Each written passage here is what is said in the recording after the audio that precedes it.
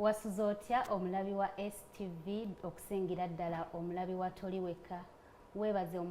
Weebaza omutonzi okubeera nga obudde abukeesezza akujja mu mwezi ogw'omukaaga gwe tubaddemu n'abeera nga ate akutuusizza mu mwezi guno gwe tulimu, kubanga bangi tebasobodde kutuukayo. Olunaku olwaleero olunaku lwakuna era nga lubeera lunaku lwawufu okusingira ddala ku nnaku endala, kubanga olunaku olwaleero twogera ku nsonga ez'enjawulo era nga tubeera mu studio n'abakugu ab'enjawulo, tubeera n'abasomesa, tubeera ne bannabyabufuzi, tubeera n'abantu ab'enjawulo. Nga n'olunaku olwaleero twagala twogere ku bulamu bw'abavubuka. Abavubuka bangi babeera eyo nga tebamanyi ki kyakola obulamu bwabwe ne babwonoona bwe batyo. Omuvubuka amaze okusoma talina mulimu naye nga alinda mulimu gwe yasomerera. Bw'abanga yasomerera bwa dokita alinda bwa dokita, tasobola kugamba nti aa kanjira ntunda ku kino kanjira ntunda ku kino, wabula nga alinda kiri kye yasomerera. Ebiseera ebisinga obungi kiyinza okukubeerera ekizibu kuba tolinawo ngamba nti ogenda kubeera waka n'ofuna omukisa ogugenda ate ofune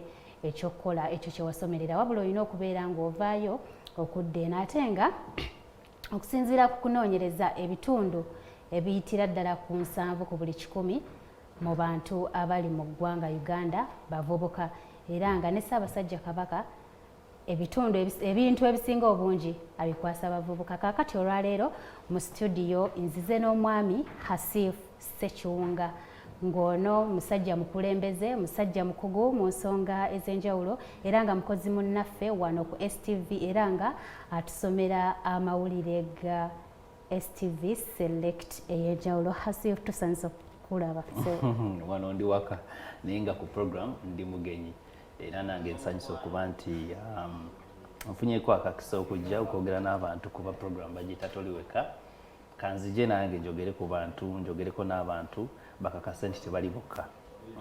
Kale nze Jawhara Nabbosa era nga olunaku olwaleero njagala twogere ku career guidance ng'abavubuka, nga bwe nkyogedde nti abavubuka asobola okutuula ewaka n'alinda afune ekyokukola. Omuvubuka Hasifu ali eyo atudde alinda gye afune, yasoma by'amawulire kaŋŋambe, alinda afune omulimu gwe ogw'ebyamawulire naye ate tannaba gufuna.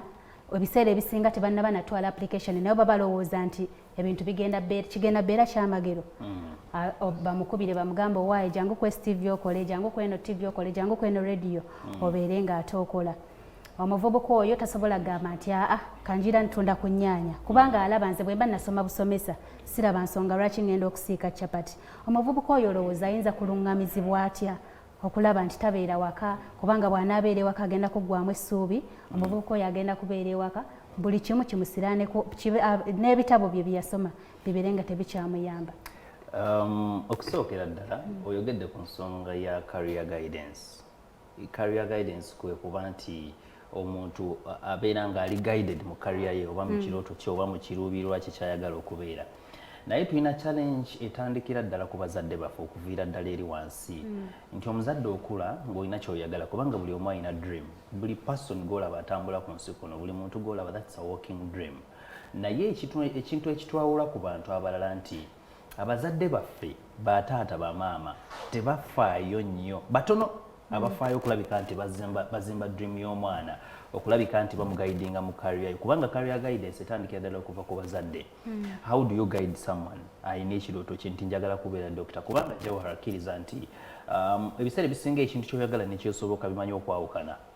Nti oyinza obba nga oyagala kubeera for example, oyinza obba oyagala kubeera muddusi wa misinde, oyinza obba oyagala kubeera musambi w'omupiira naye ogusobola. Okitegeera kye njogerako nti what you want may differ with what you can do, but what you want kisobola okukuleetera okumanya ky'oyinza okkikolera. Nti abavubuka tuba twagala okubeera abasawo naye osobola okubeera omusawo.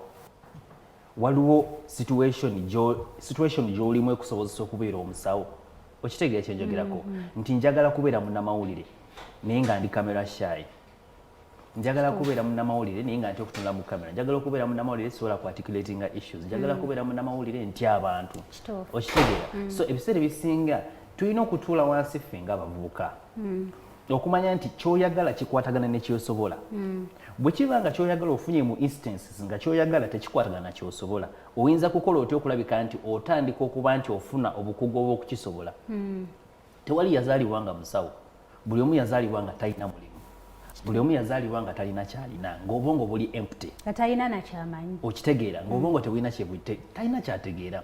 But it was because of okumanya nti kyenjagala nina okufuna ebikisobola, kati n'atandika okukola ebintu ebimusobozesa okutuuka ku kyayagala. Naye ffe abavubuka abamu tubeerawo nga tugendera ku bandwagon. Jawuhara yasoma mawulire, mulaba ku TV, nange kangende nsoma amawulire mbenga Jawuhara. N'ogenda bugenzi totegedde Jawuhara yakola atya okutuuka awo waali, totegedde Jawuhara ayita mu challenges ki. So ekintu ekituuka ku career guidance ekyo njagala nnyo tukizze eri abazadde. It's a collective responsibility, yes, naye nga kyetaaga okuba nti kiddayo eri abazadde okumanya nti balina okugaidinga abaana baabwe. Omwana aba ayagala kusamba mupiira, abazungu batwawukanako nti omwana aba ayagala kusamba mupiira bamusembereza nnyo mu society y'abasambi b'omupiira, n'abanga byalaba, n'abanga bye bamubuulira, n'abanga kugamba ne bamuwagazisa ekintu. Omanyi okwagazisa ekintu nga naawe kyoyagala kugamba ne baki oba kukisudira ne baki. Kasiifu oyogedde ku bazadde bokka, naye abaana obudde obusinga obungi okimanyi nti babumala n'abasomesa baabwe. Oba bwe nkeera ku makya ssaawa emu ne mbeera nga ntuuse ku ssomero, ku ssomero ate ne banta ku ssaawa 10, kitegeeza ate abazadde nina essaawa 2 nabo ate beebake, nange nsobole okubeera nga neebaka, ate nkeera nsobole okukeera ngende nga. Tulina challenge eriwo nti abazadde abamu abaana b'omulembe guno bakuziddwa ba maid.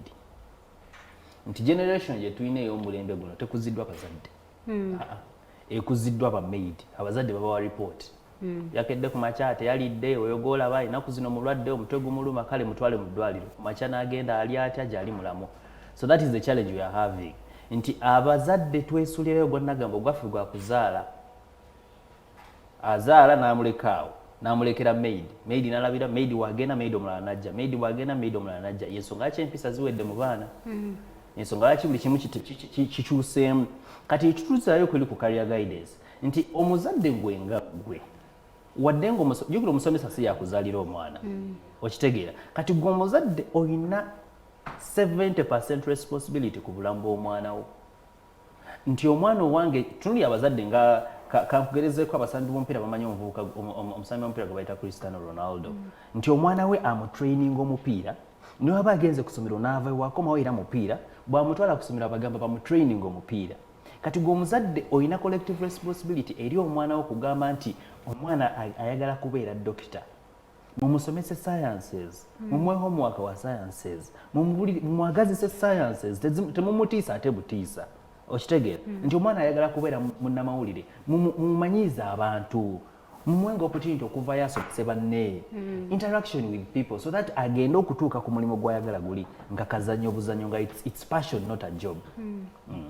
Kaakati omwana oyo singa abeera nga tasobodde kufuna mulimu gwe yasoma, n'agamba nti kaŋŋende ntunde mu dduuka, oba kaŋŋende nkolewo akadaala kange akatono bwe kati nkakole.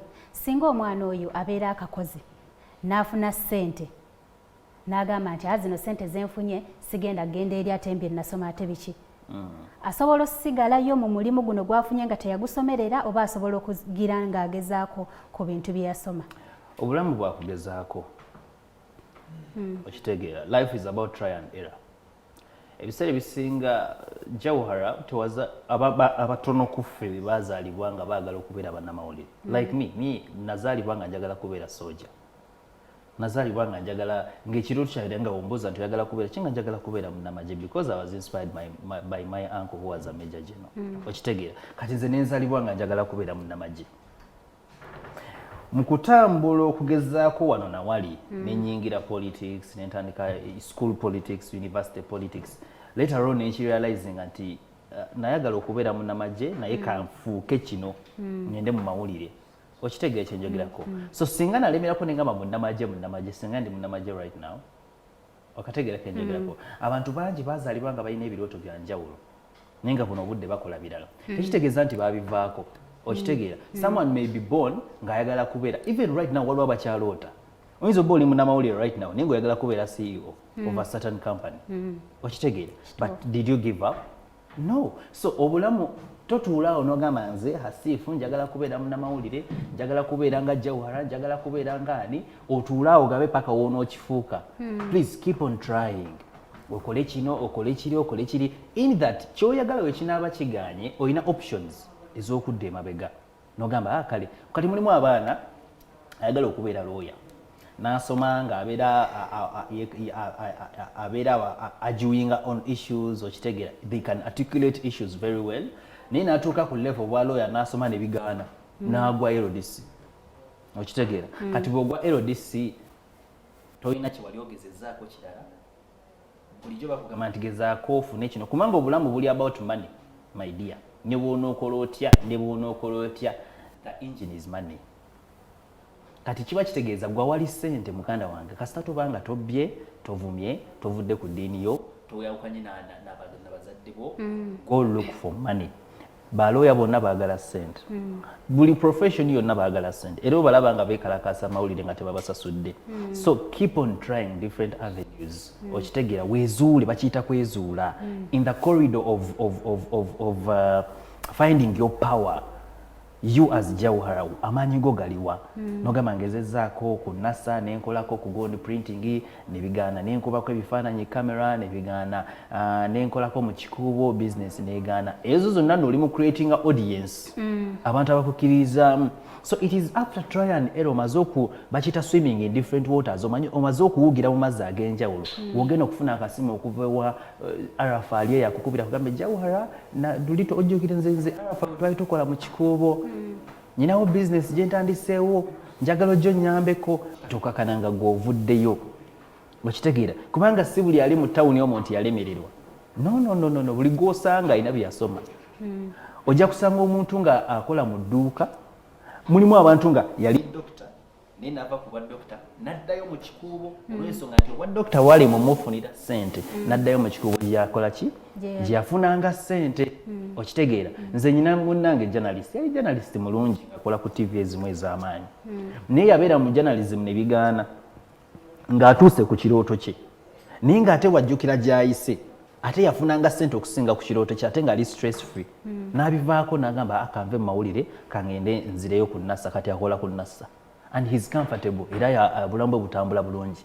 Number 2 tunulira mu lockdown engeri gyezzeemu abasomesa abaava mu busomesa nga bakola kati butale bali mu butale abalala bavuga boda basiika capati abamu baagaana okuddayo mu busomesa okitegeera so life is about try and error you may not know kubanga Katonda kyatukweka Katonda tukweka biseera bya maaso olunaku olutegeera lukedde nti lwakubiri lutambudde bwe lutuno wa reporter nti kumakya nazuukuse n'ensenya amanyo n'enkola biki paka we nazze ewaka ne neeba naye enkya tomanyi so kati you keep on trying nogezaako kino nogezaako kiri you never know through the way obuzibu abavubuka bwe tuyina oba obuzibu abavubuka bwe tusinga okusanga nti tetusobola sente zino zikuuma singa mbeera nga ngenze nengezaako omulimu gwe nasoma gukyagaanye naye ngambye nti ngende mu kikuubo ngezeeko kangende ku biduukaduuka ngezeeko nfunye sente abavubuka sente ezo zibalemerera oli ne wesanga sente azikuttewo bi sente azoonoonye omuvubuka azzemu omulenzi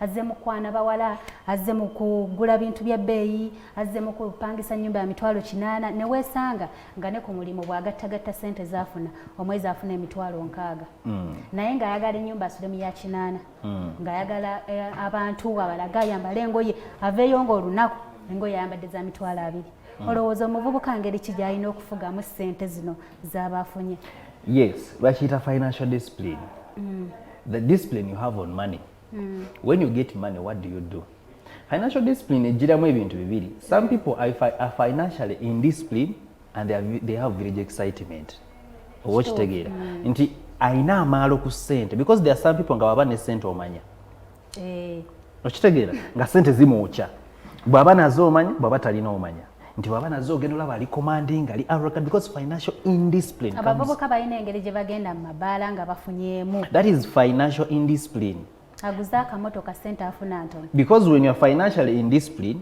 you become arrogant olinamu miliyoni 5 mu nsawo notandika ogamba ako kaani kalabe nga bwe katunula babusaati bwe kambadde okitegeere but abavubuka tulina okumanya nti it is not yet all tekinnaba okitegeera naye buli wobeera n'ebirooto byo ekyo kiva the financial indiscipline is caused by poor vision you don't have a vision kulyawo otambula butambuzi tolina biruubirirwa nti nze hasiifu njagala kuba na kino kitegeeza buli muntu buli w'ocreatinga vision zo n'ocreatinga ebirooto byo n'obiteekawo obanga ataddewo jjaaga omutali mazzi kati bw'ofuna amazzi oba tosobola gayiwa bbali oba olina okugayiwa mu jjaaga kati zeezo ssente so the indiscipline comes with poor visions nti ssente abamu bazifuna because of lack abadde alina ddiiru gyakubanga agisaagisa katonda namusaasira n'afuna miliyoni 2 out of the blue ogenda olaba atandise okuvuma atandise okukola ki atambula avimba atambula akola ki ssente teze mu weekends nga ziweddewo n'enkya n'akola kyeki mu weekends abavubuka baliwo mu tawuni bakola kati bali mu lockdown yali akola buli lunaku naye buno budde talina coordinate because they don't save and they don't have vision now right now bali mukaabira ssente not in a bad way but as omuvubuka what you have to do to be financially disciplined because money is Satan okitegeera ssente ezo kasa zikutuukako n'otandika okutagalatagala bwotyo zikugwako n'oddamu n'ofuna ne zikugwako n'oddamu n'ofuna ne zikugwako kivula abantu bangi asobola okugamba nti nkoze emyaka 10 nga talina kyalina naba n'omulala akoze emyaka 2 nga alina kyalinawo mulimu abayimbi artists bayimbye ayimbye ennyimba akubye hiti naye nga buno obudde akyasula akyapangisa mulimu abantu ba businessmen mu town ayina edduuka ground floor gye basinga okuseera olw'ensonga nti erina comfortability ne ba client ayina ground floor number atuddeawo akola naye paka kati tayanjulanga mukyala we paka kati abaana fees ekyamukyankalanya paka kati takolanga biki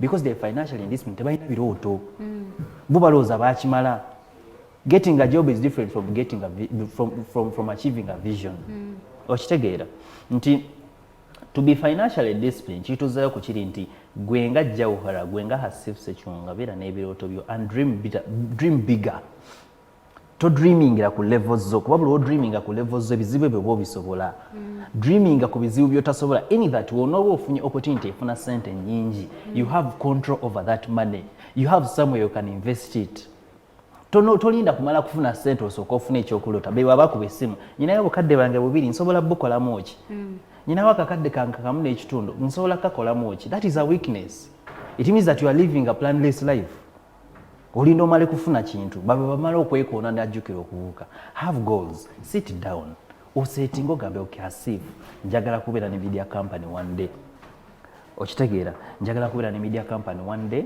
ng'ekola kino na kino nti Jawhara njagala kubeera n'ebizimba apartments zange 6 mu Kampala muno ez'enjawulo kati gwe wonoofuna ssente tojawooza nyinawo miliyoni 2 nzikozeemu ki ekyokukola already okirina just tezimala na kumala you will be disciplined because even the money you are having cannot even satisfy your goals okitegeera so abavubuka twetaaga tumanye engeri gye tukwatamu ssente naye ng'essente engeri gye tugenda ozikwatamu engeri egenda okufuga engeri gye tukwatamu ssente zaffe kuba na birooto ebirooto ebyo ebigenda okuba nti bikubanja ssente ezo ziteekamu kale omuvubuka ali eyo ensonga zino tewandyetaaza ate zibeere nga zikuyita ku matu n'olw'ensonga eyo katusooke tunywe ku lwendo lw'amazzi tukome okyali naffe kutoli wekka tukyagenda mu maaso n'ensonga z'omuvubuka omuvubuka biki byalina okuyitamu omuvubuka alina kusalawo atya eri obulamu bwe era nga tuli ne mwami Hasifu Ssekyunga kaakati tugenda kuba tulaba ku decision making abavubuka bangi balina ensalawo embi oba balina ensalawo enkyamu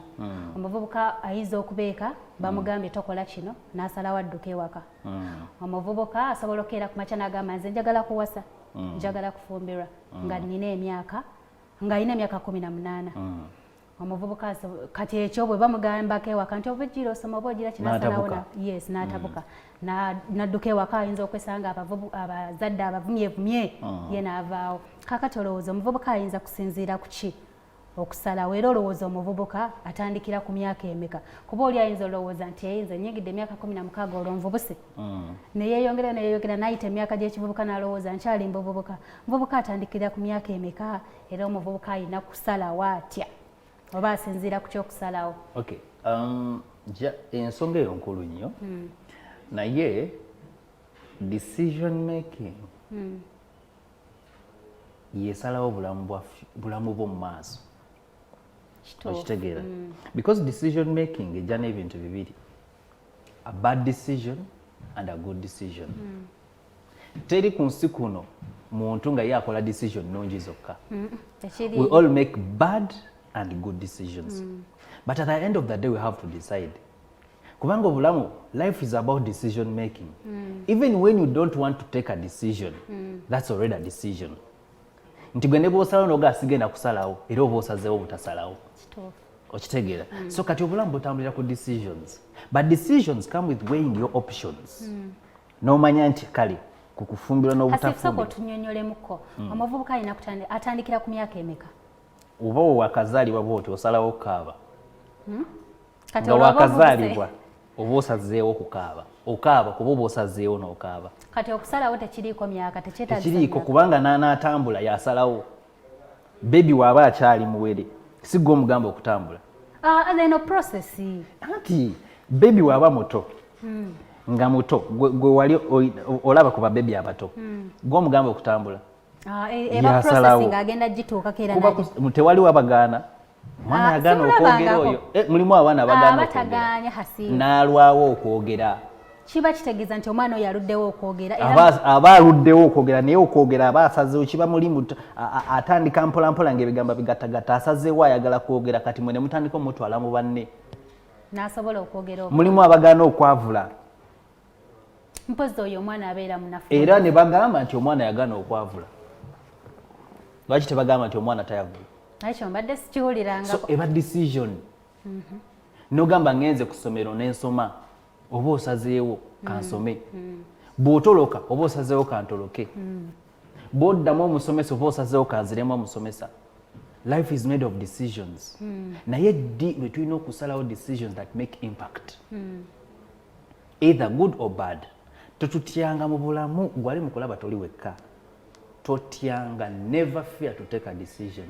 Because not every decision is good and not every decision is bad. But at the end of the day, you have to take a decision or to make a decision. Buli bw'osalawo mu bulamu bwo oba ofunye control over your life. Okitegeera. Tekiriiko ddi, wabula kiriko butya. It's not about when, it's about how. Sinti nsalawo ddi, wabula nsalawo ntya.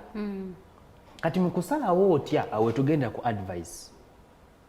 Nogaka nebuze kwani bani abali bakoze ku kintu kino njagala kusalawo kuwasa. Hasifu nga tetunagenda ku advice. Abavubuka nga okusalawo si kyangu. Kubanga nsobola ogamba nze nkuta obukadde bwange bonna. Hasifu kangende nsuubule kino, kansuubule engoye, kanziteeke wano. Naye osobola okubeera nga muli oyina ekiwuggwe. Ogamba sente zino singa mbeera nga nziteddewo. How can I risk? Oba ntandika ntya okuriskinga nenteekamu akasente kange naye ekyo ssebo si kyangu. Laba ekikifuula ekizibu kiikino kituuzeewo ku kiri kye nagambye kye twayogeddeko. Butaba na biruubirirwa. Buli lw'obeera nga tolina biruubirirwa okusalawo kukaluubirira lwansonga ebiruubirirwa bino eba frame gy'otaddewo. Because sometimes we do what we do not because we want but because we have goals that conquer us. Nti w'osetinga ebiruubirirwa byo gwe nga Jawhara. Buli kusalawo kw'onookola kuteekeddwa okuba nga kugwa mu frame eyo. Atategedde frame oteekawo okoloboza. Kati n'obeera nga mulimu otuuka ng'olira oyagala kuwoggana. Naye n'ogaana nina ekirooto ky'okubeera CEO. CEO banandaba nga ndeekaana. Kati ne weefuga.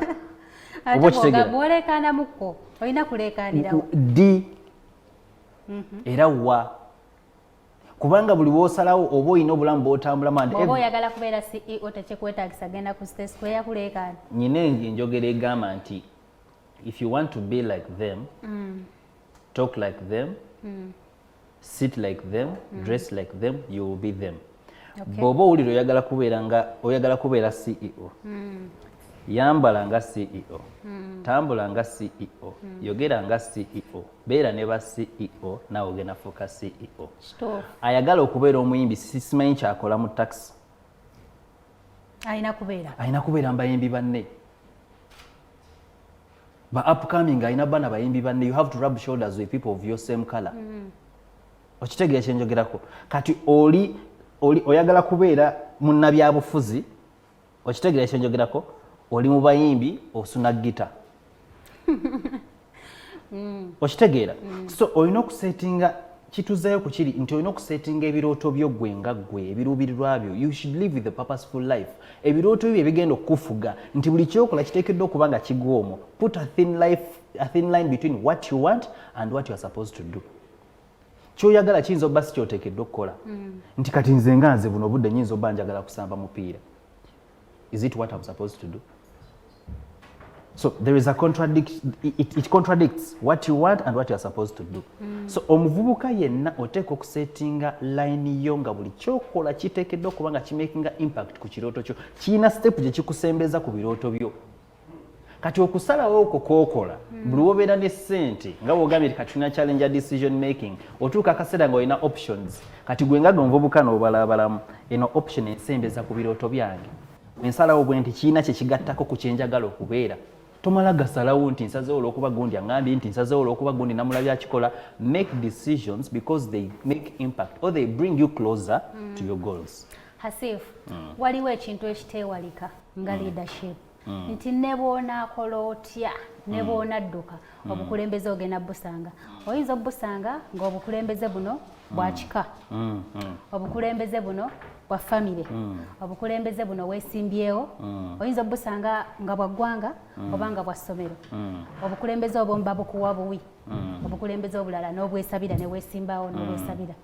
Obukulembeze buno abavubuka era nabo babutwala bubi, n'obeera nga kaŋŋambe olw'okubanga obukulembeze obusanze mu maka kati oli musajja olina omukyala olina omwana n'olemu abantu abo bakwata obulungi wabula gwe obukulembeze olw'okuba gwe musajja ewaka n'okitwala bubi, olw'okuba gwe obukulembeze kusomera abaana n'obatwala bubi, olw'okuba gwe omukulembeze mu ggwanga kati kaŋŋambe wano wetukolera ne bampa obukulembeze ne baŋŋamba gwagenda okukolera banno mu newsroom ne neesanga ng'ate bannange mbayisizza bubi nnyo. Olowooza omuvubuka ayinza obukulembeze butwala atya okulaba ng'ate tanyigiriza bannewe? Leadership eyina challenges ejja nayo. And everyone is a leader. First born, leader wa second born. Kituufu. Ali waggulu, leader wali wansi. But in leadership, we don't defend the good to look good. We don't defend the bad to look good. Okitegeera. And we don't oba nkyogera ntya kale mu bulamu bw'obukulembeze bwonna ffenna engeri gye tuli abakulembeze eva olina okukkiriza nti number one we have to agree to disagree. Nyina okukkiriza obutakkiriziganya ne bano benkulembera nti wemba nkulembera Jawuhara ne Shafiiki ne Himkim ne Sivo ne Don wennaaleeta ekintu bonna tebajja kikkiriza. Wabula nyina okukkiriza obutakkiriziganya nabo. N'okikola otya olwo? Kubanga sometimes olina okugenda with what suits people. Mu media, mu mawulire tulina kye tuyita agenda setting. Nti agenda setting, it is the audience that dictates what you have to put on air. Nti oteekayo show weba terina views ng'ogijjayo lwa nsonga audience ebyekugaba ffe tetujja biraba. Nti bw'oteekayo aka Nigeria oba ekina Uganda nga bakiraba nnyo ekyo ng'okyongeramu obudde ebyo agenda setting. Kati kiba kitegeeza nti sometimes ogenda kutuuka ku level nga by'oyagala gwe nga gwe Hasifu okuteeka on table b'oyagala babikuyambeko to implement tebabyagala. Okitegeera kati ekyo olina okukkiriziganya nakyo nti ne mu maka ogenda tuukayo ng'olina mukyalawo omugambe nti tetugenda kutandika kuzimba kati tugenda sooka kutereeza business. Omukyala akugambye tupangisa tukola biki okkirize muleme kukwatagana naye nga mukwatagana nga mutuuse ku level where you agree to disagree naye nga temulina ate kwewalana. Okitegeera. So gwe nga leader ky'oba olina okukola kiri kimu ky'oba olina okuteeka kwesera. What are the objectives of the company? What are your objectives? What are your goals? So stick to those. Other challenges may come on the way. Okitegeera ono takwagala onaakola kino onaakogerera onaakola kino. That is life. N'atali mukulembeze babimukola.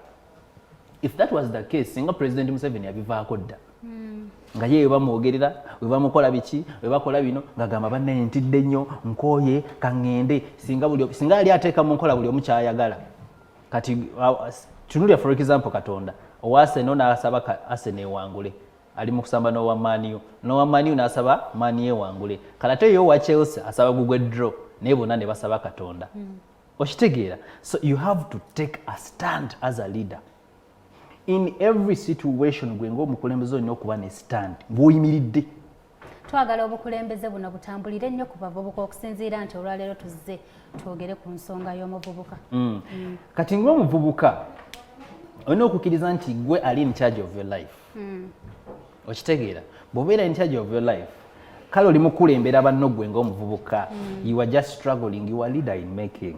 Okitegeera era kiddeyo wali take a stand and don't fear. Gwe omuvubuka alaba, gwe omuvubuka awuliriza, gwe alaba gamba atalabye, awuliriza gamba atannawuliriza nti in every part of life we meet you have to take a decision. Gwe ng'omuvubuka gwe baba wabatoobo mutowo waba akoze ekintu do what you are supposed to do. Take a decision, take a stand. Kubanga leader talina mutwe na magulu aba mubi. Buli obeera ng'otya okutakinga decisions because ogamba kati wenayimirira nze ng'omuvubuka ne ŋŋamba bano bonna badde eno bano badde eri nja bajja kundaba bubi oli ajja kunyiiga ate oli ajja kukola ki. Akyali awo alina okusalawo. Ffe ng'abavubuka tusanga okusoomoozebwa okw'amaanyi okuviira ddala eri gye twatandikidde programu yaffe eno bye twogeddeko. Okusoomoozebwa ko kungi ate nga tekwewalika. Oba osobola okwesanga omuvubuka asazeewo naye ng'ate kyasazeewo yalowooza kinaamukolera naye ate nga tekimukoledde olwo agenda kwejjusa. Ate ne wesanga omuvubuka omulala teyakirowoozaako bwe yali akola kino yasalawo obusazi n'agamba kankikole. Okusoomoozebwa okwo kungi. Olowooza ngeri ki gye tusobola okukikwasaganyamu ekintu ekyo? Ekisooka mu bulamu buno tosobola kubeerawo wekka. You need people that are better than you. Omuntu anaakula tatunulira bamusinga, tatunulira basinga, atunulira bamusinga.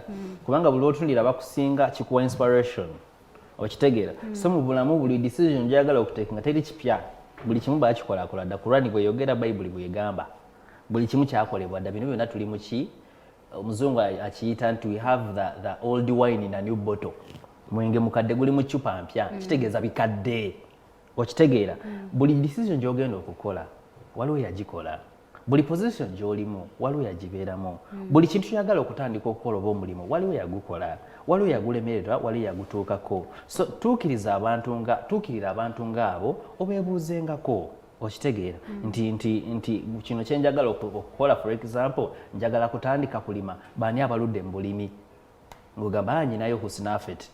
Ng'ogenda Husnafet olimye ebijanjaalo ebbanga ddene olimye ennaanansi. Nange njagala kulima ennaanansi. Wazirima batya? Husna akugambye munaye tandika mu gwa 7. Tulima mu gwo7 kubanga awo ettaka liba bwe liti ate tolima mu kisenyi ate tolima ku lukalu tolima ku lwazi tolima mu ntobazi. Okitegeera n'akuwa ku advice. Kati awo oba ogenda okutambulira mu frames eziri ze nagambye nti obulamu bulina bba mu frame. Oba olina kutambulira mu frame nga gwe toli awo kutagala butagazi. Okitegeera. So abavubuka abali mu kulaba muvubuka yenna muvubuka munnange gwali eyo tolina kyogenda kukola nga tebakikolangako, tolina kyogenda tandika nga tebakitandikangako. Kati ekigenda okugayidinga si kugenda kiwalazima okitega kwefuula nantabulirirwa wa nantabiki. Tambulira mu life oba mu lineage eya advice, but don't accept people who are advising you to decide. Oba katigidde akantu ako nti we get voices from different reactions.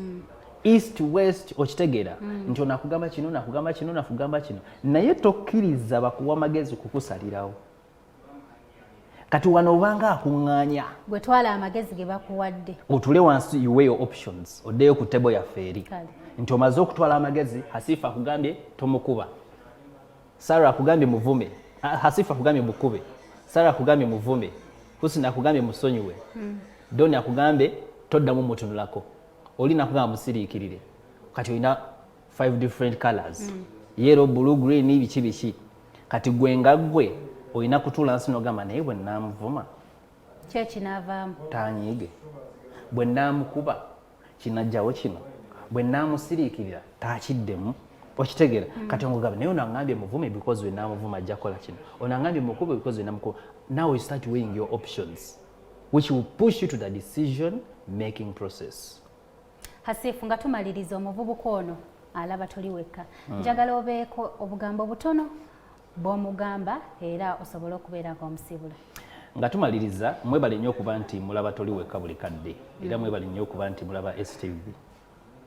Olwaleero ndi mugenyi naye muvubuka ali mu kulaba TV show eno kansuubire nti ofunyemu ebigambo byenkusibirira. Njagala okutegeeza nti mu bulamu obulamu bwakugezaako. Abo bonna boolaba abalina kye batuuseeko bayita mu kugezaako, ate okugumiikiriza n'okukola n'omutima ogwagala kye kigenda okuba nti kitutuusa ku bye twagala okubeera. Nandyagadde nnyo enkya nsisinkane Arafat Musoke tuzanye ku golf ku Mande, oba nsisinkane gundi tusisinkane ku flight emu, oba tubeereko ne business appointments mu America, mu England, mu South Africa nga tuneoja tugenze just for business. Naye ekyo tekigenda kutuukawo okujjako nga tukkiriza nti tulina okukola kaana kambaata. Okitegeera olina okuyiriba. Eddie Kenzo is a very good inspiration. Bobi Wine is a very good inspiration. So tutunulira abantu abatobye from zero to hero. Naye tubanga tunava from zero to hero tujjemu amalala, tujjemu okwepanka, tujjemu okwewulira, tujjemu obunafu, tujjemu obutayiya, tujjemu n'okuba nti ssente tumala gazijaajamya, awo tujja batutuuka ne gye tulaga naye teweerabiranga Katonda wadde ng'oyagala kuba omukozi. Katonda yasalawo ku buli kimu. Kale tweyanziza nnyo Mr. Hasif Sekiwonga olw'ebigambo ebyo ebirungi eri omuvubuka, era nkansubire omuvubuka ndaba obudde buno ebigambo ebyo ebigambiddwa Mr. Hasif obitutte era biteeke mu nkola, tobisuulirira osobole okubeera ng'ate ofunamu ekirungi. Webala okubeera nga weekumidde ku toli wekka okuba we twatandikidde paka kati we tutuuse. Webale kubeera mulabi mulungi. Nsigadde nze Johara Nabusa, siba bulungi.